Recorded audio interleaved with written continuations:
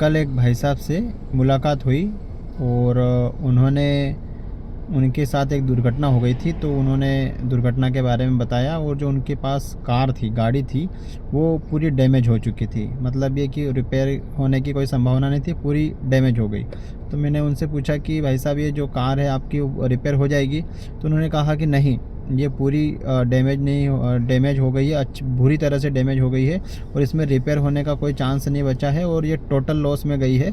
गाड़ी जो insurance company है उसका इसकी जो वैल्यू होगी उतना पैसा हमें प्रोवाइड कर देगी, तो उसी कंपनी के सेम कंपनी की गाड़ी ले सकते हैं या फिर उस पैसे से हम वापस से गाड़ी खरीद सकते हैं। तो सेम मैंने उसी से कॉन्सेप्ट लगाया कि ये जो टोटल लॉस होता है, ठीक है, तो ये भी हमारे जीवन में भी होता है। गाड़ी का लॉस हुआ, ठीक है, तो कहीं एक्सीडेंट होता है तो हमारे ऊपर भी कहीं ना कहीं जो हमारे ऊपर भी दुर्घटना का जो है वो हमारे ऊपर भी संभावना बनी रहती है कि यदि हमारे साथ कुछ ऐसा मिस हैपनिंग हो जाए यदि और हमारे साथ टोटल लॉस हो जाए तो क्या हमारी जो वैल्यू है उतनी वैल्यू हमारे घर परिवार वालों को मिलेगी?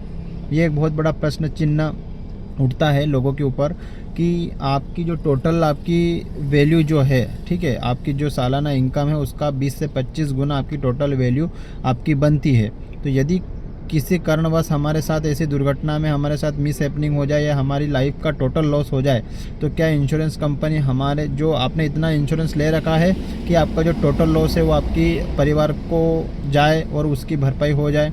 व्यक्ति तो नहीं रहेगा लेकिन फिर भी उसका जो पैसा मिलेगा उससे उसके जीवन में कहीं ना कहीं वापस से खुशियाँ आ सकती है। तो इसलिए अपनी और अपने परिवार की सुरक्षा के लिए अपनी टोटल इनकम का 20 से 25 गुना इंश्योरेंस कवर अवश्य लें। Thank you.